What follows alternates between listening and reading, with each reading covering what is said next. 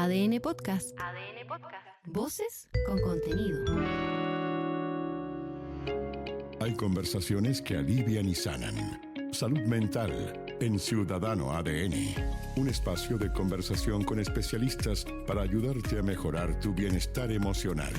Con Sandra Ceballos y Cristian Arcos.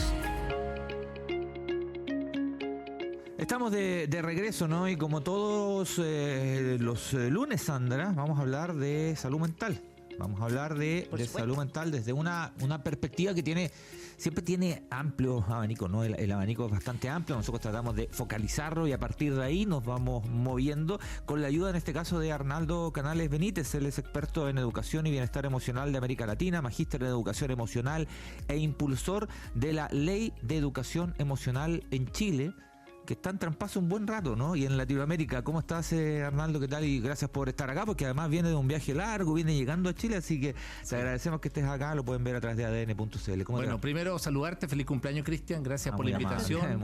Sandra también, que Hola, sé que Arnaldo. Está fuera de Chile, así que todo haciendo esto ir y venir de laborales, así que aquí estamos. Estamos con varias temáticas, ¿no? La inicial, pero a partir de ahí obviamente nos queremos mover, Arnaldo, con tu mirada, ¿no? Con tu ayuda y con tu experiencia. A propósito de estos estrés medios, no sé si son inevitables o no, y esa es mi primera pregunta, respecto al fin de año, respecto al fin de temporada, ¿no?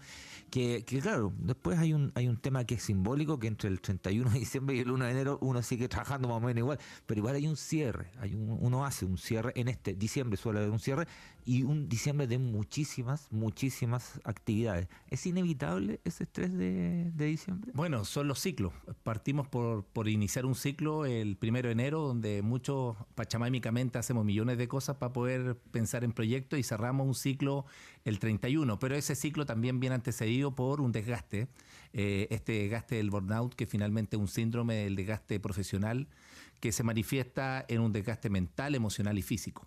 Por lo tanto, ahí podríamos entrar en una vertiente bastante amplia de las dimensiones que abordan finalmente esta autoexigencia que tenemos. ¿Cumplí o no cumplí las metas? ¿Logré o no logré lo que yo quería? ¿Bajé o no bajé de peso? Vámonos a ir a las cosas más domésticas. Y también tiene que ver con los proyectos personales, los propósitos que finalmente todos nos imponemos. Así que creo que además se suma un desgaste propio de fin de año que tiene que ver con los cierres de los hijos, los regalos de Navidad, cumplir las metas laborales, etcétera, etcétera. Entonces, todo esto viene principalmente antecedido que a nadie nos enseñan cómo regular y cómo poner en balanza esta sobreexigencia. Y ahí un poquito el puntapié inicial para poder conversar un poquito más en profundidad. Arnaldo, precisamente en estas fechas de fin de año hay muchas personas que, por ejemplo, enfrentan temas depresivos, por lo que tú dices, ¿no? Porque empiezan a ver que a lo mejor el año no fue tan productivo, tan exitoso como ellos querían, dependiendo del concepto que cada uno tenga de éxito, porque han perdido personas y empiezan a hacer el balance de quienes ya no están y no van a estar en el periodo que sigue, porque empiezan a cerrar etapas, por ejemplo, quienes salen de octavo, que salieron de cuarto medio y dieron la prueba, que es lo que viene, y todo eso se suma a eso que tú mencionabas, la autoexigencia, la autorregulación que hacemos, que suele ser bien mala además, porque somos muy culposos, somos una sociedad súper autodemandante. De hecho, terminamos, hasta nos autoengañamos, porque estamos en diciembre súper cansados, estresados, y empieza enero y es como que estuviéramos frescos como una lechuga y no ha cambiado nada. Claro, Sandra, ahí hay un tema muy importante que tiene que ver primero con el autoconocimiento. Yo creo que no nos damos mucho el tiempo primero para observarnos, y creo que es una falencia que tenemos como sociedad. Cuando Cristian me presentaba, hablábamos de la Ley de Educación Emocional. ¿Quién de nosotros tuvo desde niño la posibilidad de que nos tuviésemos un espacio, tanto a nivel de familia o a nivel de educativo, donde primero nos enseñaran a regular nuestro mundo emocional, a tener estrategias que nos permitieran en momentos de agobio, de estrés, de ansiedad, de depresión, de poder tener herramientas como un gran cofre que me permitiera vivir con las pruebas de la vida? Y estas pruebas son, como tú bien dices, Sandra, es decir, logré o no logré vivir los duelos, los lutos, los procesos que todos vivimos, pero que algunos los sostienen de mejor manera y otros, la verdad es que no tienen esta capacidad de poder enfrentar las pruebas de la vida. Y ahí viene también este concepto de resiliencia. Por lo tanto, ahí la tarea pendiente no solamente está en el ámbito educativo, sino también de cómo nosotros, a través de estos espacios, sensibilizamos en este caso a las personas que escuchan la radio, porque como ustedes mismos dicen, todos los lunes hablan de salud mental en distintas temáticas y volvemos siempre y probablemente al mismo punto, ¿cómo lo hacemos para prevenir y anticiparnos a la enfermedad? Y esa es la tarea pendiente, yo creo, de la educación, porque yo creo que soy un ferviente creyente que esto se forma, se enseña y se entrena. Y desde ahí viene un poquito la necesidad de incorporar la educación emocional en todos los ramales que como sociedad estamos hoy día, debiésemos tener estos espacios. Y ante esa mirada y diagnóstico, Arnaldo, ¿por qué de una u otra manera quedan empantanados en algunos lugares, básicamente Congreso, por ejemplo, iniciativas como esta, ¿no? Si el diagnóstico está más o menos, no digo que claro, pero presentado, si en algún momento se viene impulsando, hay elementos de esta ley que están desde el 2014. Estamos en 2024. Exacto. Bueno, es triste. De hecho, fue Camila Vallejo la que hoy día, yo le he escrito en un momento, Cristina Girardi, Jaime Beloglio, que ahora va a ser alcalde de esta comuna donde está la radio, estaban en la Comisión de Educación y todos levantaban la mano, adherimos perfectamente. Esto es necesario, urgente. Estamos hablando, como dices tú, ya casi más de 10 años. Entonces, hoy día, estas iniciativas que buscan algo que hoy día la sociedad está viendo, los problemas de salud mental son graves. En promedio en Chile se quitan la vida 7 personas todos los días. Súmale la ansiedad, súmale la depresión, todos los problemas que tenemos de salud mental vienen apalancados por una carencia en esta formación. Entonces, yo siempre digo, se lo comentaba al último Cataldo, que también me tuve la oportunidad de hablar con, y anterior a Ávila, el otro ministro de Educación. Los últimos dos ministros de Educación, la ley 21.093. No voy a meter en la lata de las leyes, pero la ley de universidades estatales que rige la formación de formadores. Los futuros profesores que van a educar a los hijos en 1 año más, 2 años más, que van a estar trabajando en una sala de clase, salen graduados y no tienen educación emocional. Entonces, pues, dicen que tenemos que regular, modelar y contener a un niño. Fíjate que hay una investigación que hizo Rodrigo Roja con un grupo de especialistas en Chile, que dice que el 80% de los docentes se involucran en la salud mental de sus estudiantes. El 80%. En un pasillo, en una conversación, en un caso de bullying, se involucran de una forma tan potente que finalmente ellos también les generan una angustia, porque el docente tiene que absorber una temática que nadie los preparó. Entonces, tomar el tema de la ley es hoy día nuevamente resignificar lo que dijo Humberto Maturana, lo que dijo Claudio Naranjo, una educación que lamentablemente solamente ha construido trabajadores, donde no hay desarrollo humano, y sin desarrollo humano lamentablemente no podemos tener evolución social. Queremos un mejor país, queremos un Chile más consciente, un Chile más empático, lamentablemente no hay espacio. Y eso es un poquito el análisis que en base un poco a tu reflexión. Ahora, ¿qué podemos hacer, Arnaldo, si ya estamos un poco en el vértigo de este cierre de año, ¿no? Porque además son distintos inputs los que tenemos, dependiendo si somos adultos trabajadores, nuestros jóvenes, nuestros niños también, y finalmente cuando pensamos en el rol de la familia, todos estamos de alguna manera afectados. Bueno, lo primero es hoy día el poder del conocimiento ya no lo tiene el profesor. Tenemos la capacidad de tener la mayor biblioteca del mundo, está en el celular. Yo como papá, que soy consciente de mis carencias, de un estilo de crianza donde yo le decía, mi papá me decía, los niños no lloran, no le pongas color, no es para tanto, tu única obligación es estudiar, o una frase típica que dice, apréndela a tu hermano, que también entramos en las comparaciones también indisponiéndonos con nuestros seres queridos. El trabajo ahí, Sandra, está en formarnos. Nadie puede enseñar lo que no tiene. El rol del papá, de la mamá, del jefe, vámonos al ámbito laboral, del líder, es desarrollar líder emocionalmente inteligente, papás emocionalmente inteligentes. Yo voy a poner un ejemplo muy concreto. Nosotros estamos acostumbrados a atomizar el mundo emocional en una sola palabra. Yo te digo, Cristian, ¿cómo está hoy día? Y Cristian me puede decir, estoy chato. Chato, perfecto. Yo también estoy chato hoy día de estar en la radio. Yo te podría decir un cóctel de emociones en una sola palabra. Claro. Puedo estar triste, cansado, aburrido, enojado, hastiado.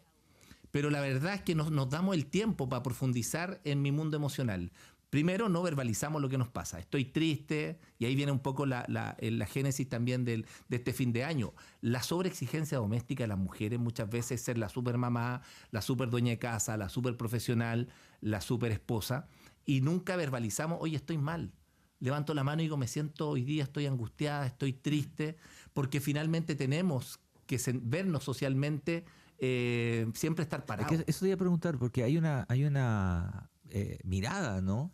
social que tiende a marcar a castigar incluso al que levanta la mano, a la que levanta la mano y dice, ¿sabes qué? Estoy mal, o no tengo ganas.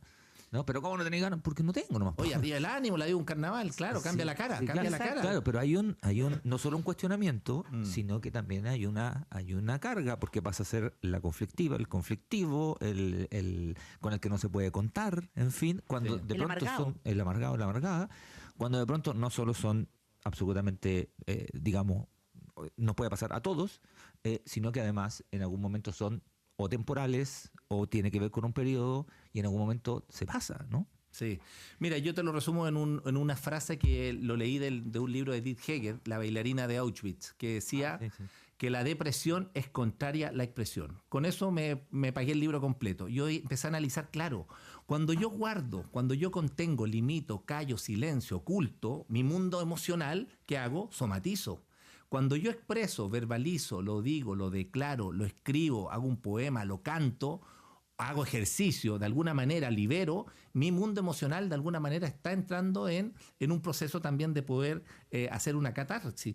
Y desde ahí viene lamentablemente este sesgo donde también sentimos que hoy día hay una oleada de problemas de salud mental. Hay una teoría que se llama la inflación de la prevalecencia, que decimos que hoy día hay más problemas de salud mental que los que había en los años 80. Yo, si me gustaría estar en los años 80 con la información que tengo hoy día, haber visto cómo era mi papá y mi mamá en esa época, probablemente ellos estaban igual o peor que nosotros, pero no tenían ninguna herramienta. Hoy día hay más información, hay más conocimiento, tenemos más datos. Una película Intensamente, que hoy día un papá puede ir con el hijo de 7 años y el papá ya puede entender que no es lo mismo miedo que ansiedad, que hay diferencia, un aspecto físico y un aspecto que tiene que ver con un aspecto mental. Entonces ahí donde creo que hay un trabajo que tenemos que incorporarlo fuertemente en poder sentir la emoción, a ver a qué me invita la emoción, analizar el contexto, a qué me mueve y desde ahí actuar. Y por eso es tan importante desde esto entrenar a los profesores, preparar a la formación también de la familia, porque el proceso de conciencia emocional, que es el primer paso, viene posteriormente un proceso de regulación emocional y después de autonomía. Cuando yo respiro hondo y no pego el combo y soy capaz de regular ese mundo interior, voy tomando después la vida con mucha más calma, tranquilidad y soy finalmente una persona mucho más consciente de la forma en que yo me vinculo con lo otro. Estamos conversando con Arnaldo Canales, experto en educación y bienestar emocional en América Latina, magíster en educación emocional e impulsor de la ley de educación emocional en Chile y Latinoamérica. Precisamente en este punto, Arnaldo, en el último tiempo tal vez y luego de la pandemia, hemos ido aprendiendo, digo que es súper importante la salud emocional, la salud mental, que tenemos que irnos haciendo cargo, que son procesos, que cada uno tiene sus distintas formas de reaccionar y un largo etcétera. Pero no sé si tenemos tan incorporado que eso debe estar, por ejemplo, en la educación en nuestro país, porque estaba pensando precisamente en los desafíos que nos trae este fin de año, que es lo que estamos hablando, que algunos dicen, ya me relajo, se pasó el fin de año, se vienen las vacaciones, pero no queda nada y me empiezo a estresar de nuevo porque se me aparece marzo. Entonces, eso como que debiera estar siendo constante, ¿no? No es solamente de 1 o 2 días. Bueno, de todas maneras, no es un tema que se dure los 10 meses de clase o solamente en un periodo. La formación socioemocional debiese ser parte de un ciclo vital de nuestra vida. Solamente un dato, uno dice, oye, esto está suscrito solamente en el ámbito de los niños. No, esto es el ámbito del adulto, del adolescente. Casi el 26% de los suicidios son jóvenes entre 14 y 22 años. Los adultos mayores viven un nivel emocional súper fuerte y las estadísticas de Senama son súper claras. El sentido de abandono, soledad y tristeza también está muy apalancado en los problemas de salud mental. Por lo tanto, ahí, Sandra, bien dices tú, esto tiene que ver una formación continua, sistemática y permanente. Esto no es la charla del gurú que va a hablar a un colegio o a la reunión de los papás sobre las emociones y las 6 emociones básicas. No, esto tiene que ver cómo yo lo incorporo con un proceso gradual donde efectivamente yo me haga parte y me haga consciente. Yo pongo los ejemplos concretos, por ejemplo, en el caso de los profesores. Cuando yo digo que nadie puede enseñar lo que no tiene, es que tampoco nadie busca lo que no conoce. El profesor no tiene idea, por ejemplo, hoy día hay mayor entrada, por ejemplo, en el aspecto de la neurociencia. Antiguamente, y esto lo dijo Platón hace 2200 años, la disposición emocional es la que determina la capacidad de aprendizaje. A ti que te encanta el fútbol, vamos a la emoción epistémica. Las emociones epistémicas son aquellas emociones que influyen en facilitar o obstaculizar el aprendizaje. Si un futbolista o un niño en una sala de clase, vamos a cualquier ámbito, siente rabia, frustración, tristeza, desánimo o le tiene miedo al entrenador, ese niño no facilita ningún proceso de aprendizaje. Y esto mismo se produce en una sala de clase. Si el niño tiene satisfacción, tiene interés, tiene curiosidad, despertamos el asombro en el niño, todas esas emociones sí impactan en su proceso de aprendizaje. Entonces, cuando hoy día hablamos de que esto tiene que ser, como dices tú, Sandra, no solamente que termine fin de año, sino que sea permanente, también hacemos la invitación, aprovecho por si no se me va a olvidar, nosotros tenemos un programa gratuito que se hace para jóvenes entre 14 y 22 años, que va a partir en enero, por primera vez lo vamos a hacer en enero, donde cualquier persona que tiene un hijo de 13 años, 14 años, que está viviendo la adolescencia, que tiene conflicto con su mundo interior, que los papás no saben cómo responder a ese mundo interior, hay un diplomado, que es el único en América Latina, que nos cuesta 0 pesos. Se inscriben y yo todos los sábados estoy en clase aprendiendo con los mayores expertos en educación emocional. Eso es lo que hoy día no tiene en la educación. No hay espacio donde el niño también y donde el joven se forme. Y eso es un poquito lo que yo creo que hay que abordar. Yo insisto en esto, que lamentablemente no tenemos hoy día la capacidad de poder darle la fuerza y la resignificación que tiene el mundo emocional. Lo declaramos, lo vemos en las noticias, vemos el asesinato, vemos la muerte, vemos la persona que le pegó, yo ponía el ejemplo de... se bajó de la moto con las cadenas, claro, y le pegó al parabrisas. Todos los días tenemos ejemplos de desregulación emocional. Pero ¿quién hace algo?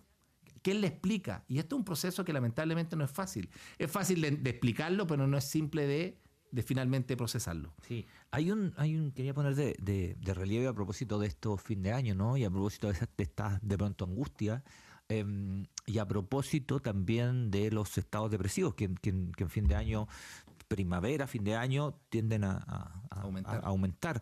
Que hay un tema, se habla poco, ¿no? Pero lo conocemos bien, que hay un tema físico. La angustia, a la depresión, no es una metáfora, duele. El cuerpo te duele. Te avisa, te cuesta, ¿no? Pueden ser detallitos. Te cuesta caminar erguido, ¿no? Te duele el cuerpo, el físico. A lo que voy. El cuerpo te avisa también, Arnaldo. Sí. Te avisa estados de tensión, de depresión, de angustia, así como te avisa estados de alegría también, ¿no? Así como te avisa pero es un trabajo, ¿no? Porque sí, el cuerpo, hay que escuchar el cuerpo. Sí, Cristian, ahí tú tocas un tema muy importante. Antonio Damasio, uno de los mayores neurocientíficos del mundo, que escribió El error de Descartes, porque Descartes decía pienso y luego existo, y él sacó su último libro que es Siento y luego existo. Tuvimos la oportunidad de tener varias conversaciones con él en un momento, y él personalmente me dijo, Arnaldo, siempre el cuerpo te habla antes de la emoción. El cuerpo siempre nos está avisando, nuestro primer doctor, como muchas veces hemos escuchado. Si yo tengo una angustia o algo, el cuerpo me está avisando. Por lo tanto, el no reconocer lo que nos dice el cuerpo finalmente es ponernos una venda, hacernos trampas, hacernos zancadillas solo frente a ese mundo emocional. Hay una escena, recuerdo, de Rescatando al Soldado Ryan, donde no hay ninguna conversación en esta escena, donde va un auto llegando a la casa de la madre de los soldados, donde está lavando la loza, y ve simplemente que al llegar el auto le abren la puerta al cura y la mamá se desvanece. No hay conversación. Es simplemente, esta comunicación no verbal, yo puedo determinar si tú estás o cómo estás emocionalmente. ¿Te estás bien? ¿Te noto raro? Eso es lo que dicen las mamás de la corazonada. ¿Han visto cuando las mamás nos decían, ¿te pasa algo, Cristian? No, nada, todo bien. Dime, ¿te pasa algo? No, te pasa algo. No, tienen un radar que cachan al tiro. Dime. Hasta la cuarta, sí, tengo problema, mamá. ¿Viste? Yo sabía. Eso es finalmente. Nosotros siempre hay una pequeña detalle en la expresión facial, siempre nos están avisando. Por eso yo creo que es importante, y agradezco que ustedes le den fuerza a estos espacios, porque muchas personas que están escuchando están transitando en su calle con angustia, con tristezas, con duelos, con luto, con cargas, con mochila. Y que si no hay prácticas de bienestar, donde podamos también buscar herramientas para poder transitar de buena manera con mi mundo interno, nadie practica deporte, no nos preocupamos del concepto de microbiota, que es este segundo cerebro que tiene que ver también, hoy día ya está muy documentado sobre la importancia que tiene también el TDAH en los niños, etcétera, etcétera. Mientras más información tenga, más rica va a ser la apuesta que yo pueda hacer por mi bienestar. Mira, nos escribe Paola Lascano desde La Reina y nos cuenta, en el colegio de mi hijo tienen un taller justamente para regularse. Es una vez por semana y es parte del currículum, maravillosa oportunidad. Además, cada día entran en un círculo donde los niños se autorregulan y bajan, aunque eso es más común en otros colegios también. Nos cuenta que este es el colegio Monteluz de La Reina y me hizo acordar que cuando estuvimos en Rapa Nui con los bunkers en la visita a la escuela de Mahani Teave, a la escuela Toki, hubo un momento en que los niños y niñas estaban todos después del show muy acelerados, ¿no? Estaba todo muy emocionado y había mucho grito, eran niños, ¿no? Y Mahani de pronto dice, a ver, el ambiente está todo muy intenso, nos calmamos, y los hizo respirar profundo y bajar, y sabes que quedamos todos medio locos porque efectivamente todos se calmaron, todo se relajó y con un ritmo mucho más lento siguieron intercambiando y siguieron funcionando, y uno dice, qué simple parece con una respiración, con una regulación, y eso se puede hacer por lo que nos cuenta también aquí Paola, pero no lo hacemos. Bueno, Sandra, eso ya se está dando y eso es una luz de esperanza tremenda. Yo tuve la oportunidad de estar en Concepción en una institución, en el San Pedro, Instituto San Pedro, y me invita la directora. Me dice, Arnaldo, ¿puedes ir a la sala de quinto básico? Perfecto. Y yo dije, y de repente tocan un gong que habían invertido en parlante, igual que los colegios gringos en las salas de clases. Y hay una persona que es Begoña y le empieza a hablar a los niños. Y dije, pero qué bonita iniciativa para los quintos básicos. Y después me dicen, no, todo el colegio, los 900 estudiantes de pre-kinder a cuarto medio, a la misma hora, 900 personas están haciendo 3 minutos de atención plena y de respiración consciente. Richard Davidson, que es un especialista que tiene el Instituto Mente Sana, dice, y esto está documentado, que cuando yo logro centrar mi respiración, bajo mi nivel de cortisol y genero además la concentración y la atención. Por eso dicen, no, que no lo podemos hacer en mi colegio porque los niños se distraen. Con mayor razón, si se distraen y no prestan atención, háganlo hasta que lo logren. Entonces, es muy rico, Sandra, que los papás ya lo están viendo, muchas instituciones ya lo están haciendo. Nosotros tenemos la oportunidad, como ONG, hay un colegio en Melipilla que se llama Rayún, que es el primer colegio que tiene sello en educación emocional y se están acreditando. Hoy día, imagínate un papá que tiene que elegir primero básico para su hijo y le dice, oye, a este colegio tiene excelencia académica, señor, pero además nos vamos a preocupar de prevenir todos los problemas de salud mental que eventualmente pueda tener y le vamos a dar un espacio. Fíjate que Chile tiene 700 horas de libre disposición para poder trabajar en distintas dimensiones y muchos colegios ya están trabajando la educación emocional. Así que ojalá que esto también sea política pública y no solamente la iniciativa de 1 o 2 colegios, que creo que es lo que nos falta. Esa es una buena mirada desde un poco radiografía de cómo somos, ¿no? Como sociedad, porque cuando un establecimiento de pronto hace a propósito de las admisiones, ¿no? Claro, las admisiones son los resultados PAES, son los resultados CIMSE, son el NEM, ¿no? Que es súper importante, nadie está diciendo que no. Pero ¿cuántos de esos te ofrecen lo otro, ¿no? Desde su propuesta. Claro, si tú entras a preguntar, sí, nosotros estamos súper involucrados. Y es así, hay muchos que sí están muy involucrados.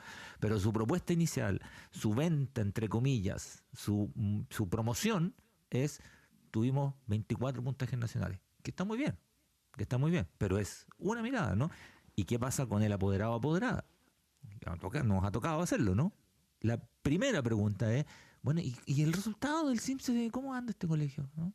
También hay una mirada nuestra ahí, ¿no? Sí, porque mira, fíjate que esto es solamente resultante del sistema educativo. Es una educación competitiva, individualista y somos desconfiados. ¿Y el papá qué busca? Googlea por ranking. Sí, claro. Todo es ranking y todos nos rankeamos. ¿En qué colegio? ¿Cómo te fue? Pero nosotros tenemos un programa que es prepararse para la PAES en el bienestar emocional y esto tiene que ver con el amígdala cerebral. Los jóvenes, a mí me pasó también estudiando y muchas veces me pasa hasta el día de hoy, que muchos papás, educadores, no saben lo que es la amígdala cerebral. Algunos dicen, me operaron de amígdala, no tengo. No, la amígdala es un microcerebro que tenemos en los 2 hemisferios, que es por donde pasan todas nuestras emociones, es como el peaje. Y cuando un niño está enfrentando la PAES, que fue hace poco, y se bloquea, es porque finalmente hay una amenaza. Y esa información la percibe esta amígdala cerebral y finalmente le manda una información a la función ejecutiva y apaga el switch del conocimiento. Por eso cuando decimos que las mejores preguntas se hacen después que las reuniones terminan. ¿Has escuchado, no? Sí, claro. O cuando de repente tú tenías una discusión acalorada con alguien, terminó la conversación, te fuiste en el auto, bajaste el nivel de rabia, después, ¿y por qué no le dije esto? y se te vienen todas las buenas ideas que tenías, porque la amígdala, finalmente, lo que dice Joseph Leduc, viene el secuestro amigdaliano. Y por eso esos tipos que matan y le pegaron 60 puñaladas, los tipos están secuestrados. Es tan fuerte el mundo emocional, por eso la emoción prevalece a la razón. Y eso todavía no lo tienen claro. Y estos ejemplos, yo lo digo a los profesores, hacemos ejercicio con los padres, y por eso es tan importante lo que tú dices. Ojalá que si nos preocupáramos no solamente del NEM, del CIMSE, importantísimo, sí, hay que sacar buenos profesionales, pero busquemos el equilibrio. El equilibrio de desarrollo humano también es necesario y urgente. Sí, pues manejar nuestras expectativas, que también de pronto se nos desbordan y que es algo que tenemos que aprender a hacer y que de alguna manera nos va a ayudar a todos finalmente. Por eso se agradece que estén formando a futuros profesionales. De hecho, me acabo de enterar que Arnaldo fue profe de mi hermana en un diplomado. Mira, imagínate, mi hermana es educadora de párvulo, entonces están preocupados de estos temas y la Marce me dice, mi profe lo están entrevistando. Bueno. Arnaldo Canales Benítez, experto en educación y bienestar emocional de América Latina, magíster en educación emocional, impulsor de esta ley de educación emocional de Chile y Latinoamérica que esperamos se siga expandiendo. Queremos darte las gracias por haber estado con nosotros en el Ciudadano ADN. Muchas gracias, Sandra. Arnaldo. Muchas gracias, Cristian. Un abrazo. Salud Mental en Ciudadano ADN está disponible en adn.cl, sección podcast y Spotify. Escúchalo cada semana. Comenta, comparte este podcast y mejora tu salud mental y la de tus cercanos.